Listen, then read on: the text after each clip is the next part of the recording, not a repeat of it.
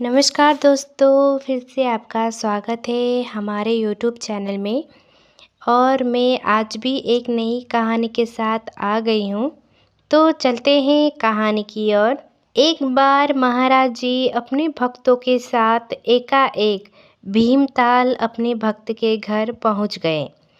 कुछ देर बाद उन्होंने अपने कुछ भक्तों को थोड़ी दूर पर बने एक बहुत पुराने शिव मंदिर में भेजा। जाओ, वहाँ एक पुरुष और एक स्त्री एक कमरे में बंद हैं, उन्हें लेके आओ। जिस कमरे को महाराज जी ने बताया था उसमें बरसों से कोई नहीं रह रहा था।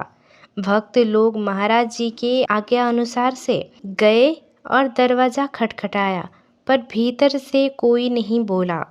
लौटकर उन्होंने महाराज जी से सब बातें कह दी। तभी महाराज जी दूसरे भक्त के घर चले गए।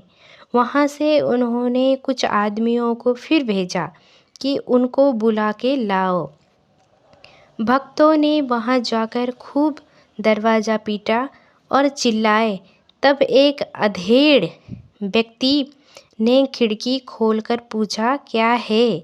उन्होंने कहा, नीम करोली महाराज आपको बुला रहे हैं। पहले तो उसने आने से साफ इनकार कर दिया, पर बहुत समझाने पर वो व्यक्ति और वो स्त्री उनके साथ महाराज जी के पास आए। तो महाराज जी ने उनको डांट कर कहा, क्या तुम समझते हो कि तुम भगवान को भूख रख सकते हो, डरा सकते हो? क्या वो अपने भक्त को इतनी आसानी से मरने देंगे? लो, प्रसाद खा लो। और उनके लिए पूरी सब्जी और मिठाई मंगवाई। पहले तो वो अपनी बात पर डटे रहे कि नहीं खाएंगे, परंतु बाद में उन्होंने प्रसाद पा लिया। असल में हुआ ये था कि दक्षिण भारत के ये दंपत्ति बद्रीनाथ दर्शन को आए थे। वो एक धनी परिवार के थे और उन्होंने सब कुछ छोड़कर जीवन के बाकी वर्ष भक्त में व्यतीत करने का विचार किया था। बद्रीनाथ से लौटते वक्त उनकी सारी संपत्ति धन चोर ने लूट लिया। अब उनके पास केवल इतना बचा था कि वो भीमताल पहुंच सके।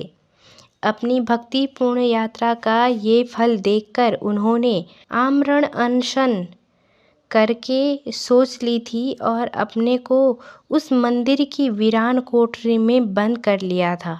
इस प्रकार उनके 3 दिन व्यतीत हो चुके थे। त्रिकालदर्शी महाराज जी को ये सब मालूम होने पर ये लीला करनी पड़ी। महाराज जी ने उन्हें मद्रास तक का यात्रा भाड़ा देना चाहा, पर वो इस तरह भीख भी नहीं लेना चाहते थे। तब महाराज जी ने कहा, तो अच्छा, मद्रास से पैसा भेज देना। तब उन्होंने पैसा लिया और मद्रास चले गए। जी हाँ, वो व्यक्ति बहुत धार्मिक भी थे और किसी से भीख भी नहीं लेना चाहते थे और किसी का एहसान भी नहीं लेना चाहते थे। जब महाराज जी ने उन्हें गाड़ी के हेतु पैसे दिया तब भी उन्होंने लेने से मना किया। जब महाराज जी ने कहा कि बाद में ये पैसे लौटा देना, तब जाके उन्होंने पैसे लिए और गाड़ी की टिकट खरीदी और वो चले गए। जी हाँ, ये थी महाराज जी की लीलाएं। तो आज के लिए इतनी ही। तो चलते हैं अगली लीला में, आते हैं आपसे मिलने। तो तब तक के लिए नमस्कार।